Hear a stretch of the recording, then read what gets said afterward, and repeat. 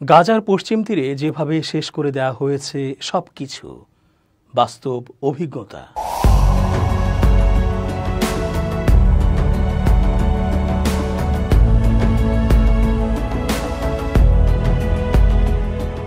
আসসালামু আলাইকুম প্রিয় দর্শক, আশা করছি ভালো আছেন। চেঞ্জ টিভির আন্তর্জাতিক চোখ অনুষ্ঠানে আমি জি রতন স্বাগত জানাচ্ছি আপনাদের সকলকে। ইসরায়েলি বাহিনী কত নির্মমভাবে গাজায় ধ্বংসযজ্ঞ চালিয়েছে তা বলার অপেক্ষা রাখে না। হামাসের তীব্র প্রতিরোধে সেখানে জয় সুনিশ্চিত করতে না পেরে শুধু নিরীহ মানুষগুলোকে মেরে বিশ্বে তারা চরম বর্বরদের নির্মম অভিযানের দৃষ্টান্ত হয়ে থাকছে। পশ্চিম তীরেও তারা অভিযান চালিয়ে শেষ করে দিয়েছে সব কিছু। নির্মম সে ঘটনাগুলো নিজের চোখে দেখে ঠিক থাকতে পারেননি কেউই। যারা ইসরায়েলি বাহিনী কর্তৃক হত্যা ও হামলার মধ্য দিয়ে গেছে, নিজেরা নির্যাতিত হয়েছে, তারা জানে কতটা ভয়ঙ্কর ছিল তাদের সেই দুর্বিষহ সময়গুলো। এছাড়া এটা তো তাদের নিত্যদিনের অভিজ্ঞতা। কবে যে শেষ হবে এ বর্বরতার তাকেই জানে। অধিকৃত পশ্চিম তীরের জেনিন শরণার্থী শিবিরের বাইরে দাঁড়িয়েছিলেন সেজা বাওয়াক্লেহ নামের এক ফিলিস্তিনি নারী। কয়েক বছর আগে তার বাবা ইসরায়েলি বাহিনীর হাতে এখানেই নিহত হয়েছিলেন। সম্প্রতি আবারও সেই জায়গায় এসে দাঁড়িয়েছিলেন তিনি। এবার তিনি অপেক্ষা করছিলেন একজন ইসরায়েলি সেনা কর্মকর্তার সিগন্যালের জন্য, যাতে তিনি এবং তার পরিবারের সদস্যরা শহরের প্রধান হাসপাতালটিতে যেতে পারেন।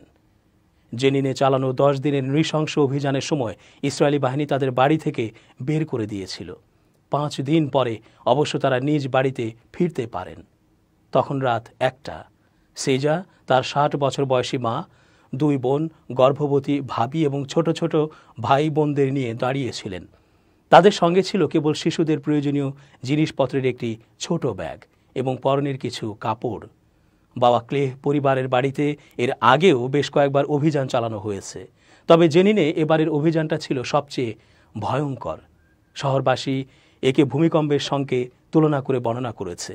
এই অভিযানে অন্তত 34 জন ফিলিস্তিনিকে হত্যা করা হয়েছে এবং ইসরায়েলি বাহিনীর বুলডোজার শহরের বিশাল অংশ ধ্বংস করে দিয়েছে।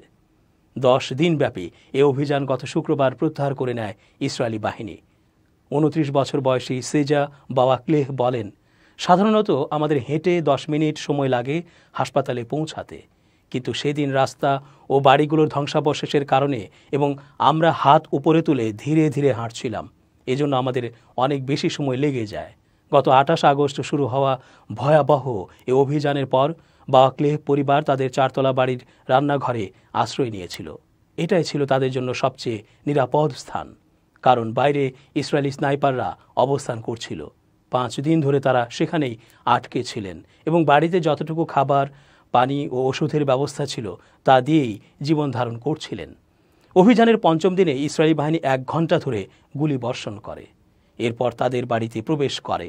সেজা বলেন, আমরা সবাই রান্নাঘরের এক কোণে গাদাগাদি করে এবং গুটি সুটি মেরে বসেছিলাম। চারপাশে বোমা, গুলির শব্দ এবং মানুষের চিৎকার শোনা যাচ্ছিল। তিনি জানান, ইসরায়েলি সেনারা তাদের ঘরে ঢোকার পর তারা বাওয়াক্লেহ পরিবারকে বাইরে চলে যেতে বলে। সেজা প্রথমে রাজি হননি, কারণ তিনি শিশুদের জন্য রাস্তায় বের হওয়া নিরাপদ মনে করেননি। এতে সেনারা ক্ষিপ্ত হয় এবং তাদের একটি ঘরে আটকে রাখার হুমকি দেয় এবং তাদের মোবাইল ফোনও কেড়ে নেয়। কিছুক্ষণ পর এক সেনা এসে তাদের ঘর থেকে বের করে দেয় এবং রাতের অন্ধকারে তাদের চলে যেতে বলে।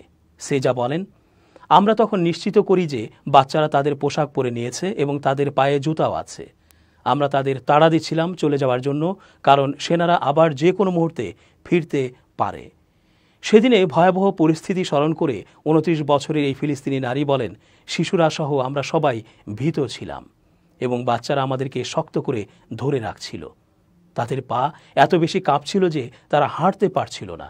সেজা আরও বলেন, যখন তারা রাত 10টার দিকে আমাদের বাড়িতে আসে তখন তাদের সংখ্যা ছিল অবিশ্বাস্য পরিমাণে এবং তারা প্রশিক্ষণপ্রাপ্ত কুকুর নিয়ে প্রতিটি ঘরে তল্লাশি করছিল। তিনি বলেন, সেনারা পর্যাপ্ত পরিমাণে পানি ও খাবার নিয়ে এসেছিল, যা অভিযানের দিনগুলোর জন্য যথেষ্ট ছিল। তখন আমরা নিশ্চিত হই যে তারা আমাদের বাড়িটি সামরিক ঘাঁটি হিসেবে ব্যবহার করতে যাচ্ছে। ফিলিস্তিনি এই নারী আরও বলেন, এ সময় আমি তাদের কাছে জিজ্ঞেস করলাম যে আমরা যে এই অন্ধকারের মধ্যে একাকী হেঁটে যাব, তারা আমাদের নিরাপত্তার নিশ্চয়তা দিতে পারবে কিনা। জবাবে এক অফিসার হ্যাঁ বললেন। আসলে এছাড়া আমাদের কোনো বিকল্প ছিল না। পরে আমরা চলে গিয়েছিলাম এবং তারা আমাদের সঙ্গে করে একটি জিনিসও নিতে দেয়নি। আমাদের কাছে খাবার, পানি, কাপড়, টাকা পয়সা কিছুই ছিল না। জেনিন সরকারি হাসপাতালে পৌঁছানোর পর সেজা বাওয়াক্লেহ দ্রুত বুঝতে পেরেছিলেন যে তাদের পরিস্থিতি অন্যান্য অনেক পরিবারের মতোই ছিল, যারা তাদের বাড়ি ছেড়ে যেতে বাধ্য হয়েছিল এবং যাদের জীবন হাসপাতালেই শেষ হয়ে গিয়েছিল। বিদ্যুৎ বিচ্ছিন্ন হওয়ার কারণে এবং ইন্টারনেট অ্যাক্সেসের অভাবে গোটা শহরে কি ঘটছে তা জানার কোনো উপায় ছিল না। পাশাপাশি শরণার্থী শিবির এবং শহরের পূর্ব অংশ জুড়ে যা ঘটছে তাও বোঝার কোনো উপায় ছিল না। সেজা বলেন, পরদিন সূর্য ওঠার সঙ্গে সঙ্গে মানুষজন প্রচুর সংখ্যায় আসতে শুরু করে এবং তাদের উপস্থিতিতে হাসপাতালের আঙিনায় রীতিমতো ঢল নামে। এদিকে অ্যামনেস্টি ইন্টারন্যাশনাল সহ মানবাধিকার গোষ্ঠীগুলো সতর্ক করে দিয়ে বলেছে, পশ্চিম তীরে ফিলিস্তিনিদের ওপর ইসরায়েলি বাহিনীর প্রাণঘাতী এ অভিযান ভয়াবহ ভূমিকম্পের মতো, যার ফলে জোরপূর্বক বাস্তুচ্যুতিও অনিবার্য।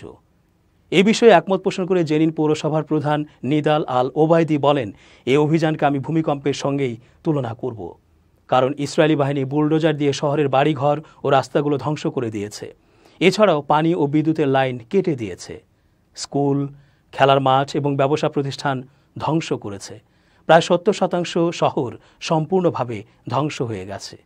ইসরায়েলি বাহিনীর এই অভিযানে অন্তত 120টি পরিবার বাস্তুচ্যুত হয়েছে এবং 100টিরও বেশি দোকানপাট ধ্বংস হয়েছে। বাওয়াক্লেহ পরিবারের বাড়িটিও ধ্বংসপ্রাপ্ত। এ বিষয়ে সেজা বলেন, আমাদের বাড়ির প্রতিটি কোণ তছনছ হয়ে গেছে। এটি পুনরায় বসবাসযোগ্য করতে কয়েক সপ্তাহ লাগবে। এদিকে ফিলিস্তিনি রেড ক্রিসেন্ট সোসাইটি PRCS বলেছে, তাদের বেশ কয়েকটি দলের সদস্যরা জেনিন এবং এর শরণার্থী শিবিরে আটকে পড়া লোকদের প্রতিক্রিয়া জানতে চাইলে তারা ব্যর্থ হয়েছে। লোকেরা তাদের প্রতিক্রিয়া জানাতে মারাত্মক সমস্যার সম্মুখীন হচ্ছেন, কারণ ইসরায়েলি বাহিনী তাদের সব ধরনের অধিকারে চরমভাবে বাধাগ্রস্ত করেছে। অনেকেরই খাবার, পানি, শিশুখাদ্য এবং অন্যান্য প্রয়োজনীয় জিনিসপত্র কম ছিল। স্থানীয় সাংবাদিক ইমান সিলাউই জানিয়েছেন, ইসরায়েলি সৈন্যরা শরণার্থী শিবিরের কেন্দ্রস্থলে বাণিজ্যিক স্কোয়ারটি কোণঠাসা করেছে এবং এটিকে একটি সংরক্ষিত সামরিক অঞ্চল ঘোষণা দিয়েছে। স্থানীয় ওই সাংবাদিক বলেছেন, এই অভিযান শুরু হওয়ার পর থেকে শরণার্থী শিবিরের 12,000 বাসিন্দার একটি অংশই পালিয়ে যেতে সক্ষম হয়েছিল। যারা পালিয়ে গেছে তারা শহরের উপকণ্ঠে বা শিবিরের এমন এলাকায় চলে গেছে যেখানে সংঘর্ষ কেন্দ্রীভূত ছিল। যদিও শিবিরের পূর্বাঞ্চলে বিশেষ করে অ্যাড দামজের আশপাশের এলাকা থেকে কয়েক ডজন লোককে ইসরায়েলি সৈন্যরা জোর করে বের করে দিয়েছে। অন্যান্য হাজার হাজার পরিবার ক্যাম্পে থেকে গেছে। এর কারণ হলো তারা হয় নিরাপদে চলে যেতে পারেননি, কেননা সহজভাবে তা করার উপায় নেই। আল ওবায়দি জানান, জেনিনের জনগণ বরাবরই ইসরায়েলি আগ্রাসনের বিরুদ্ধে দৃঢ় থেকেছে, তবে এবার ধ্বংস ও অনিশ্চয়তার বড় ধরনের মাত্রা তাদের আশা ভেঙে দিয়েছে।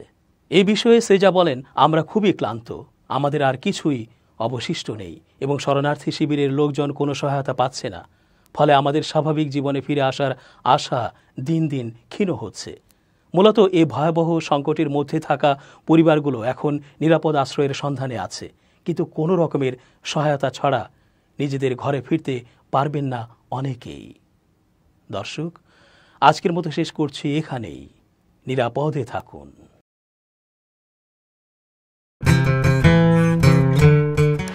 বাংলাদেশের প্রচার জগতে এত এত চ্যানেলস, এত এত টিউবস, এত এত অনলাইন প্রোগ্রাম থাকা সত্ত্বেও চেঞ্জ টিভি আমি প্রথম থেকেই লক্ষ্য করেছি যে তারা একটি ক্রমবর্ধমান জনপ্রিয়তা অর্জন করেছে। তো এটি তাদের আজকে মানুষজন খুবই সতর্ক, খোঁজখবর সবাই রাখে। চেঞ্জ টিভি যদি নিছক প্রচারণা, মিথ্যাচার বা ইউলো সাংবাদিকতায় নিয়ে এগোতো, তাহলে পরে তার এত ব্যাপক জনসমর্থন পেত না। তো এটা বাংলাদেশের মানুষের কাছে তখন থেকেই গ্রহণযোগ্য হচ্ছে। হাঁটি পা করে আজকে চেঞ্জ টিভি একটা বড় ধরনের লক্ষ লক্ষ মানুষের আস্থা এবং বিশ্বাস নিয়ে একটি প্রতিষ্ঠানিকতা অর্জন করেছে বাংলাদেশের মানুষের স্বার্থে, বাংলাদেশের গণতন্ত্রের স্বার্থে, বাংলাদেশের মানুষের মানবাধিকারের স্বার্থে আমরা প্রার্থনা করি, আমরা আশা করি যুগ যুগ জিও তুমি চেঞ্জ টিভি।